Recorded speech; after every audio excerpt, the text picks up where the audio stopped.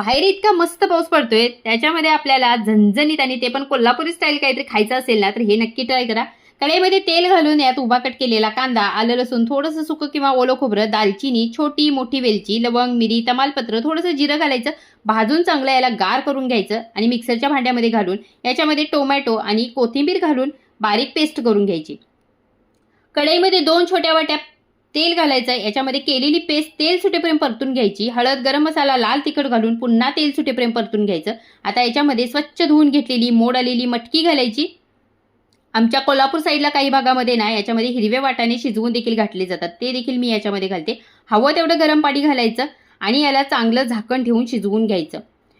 झणझणीत कोल्हापूर स्टाईल इथे मिसळ तयार झाली. आता आमच्याकडे बोलताना बोलतात मिसळ पाव आणि देताना देतात ब्रेड, पण याची टेस्ट इतकी भारी लागते ना. या पद्धतीने एकदा बनवून खा आणि चॅनलला लाईक, शेअर, सबस्क्राईब करायला विसरू नका.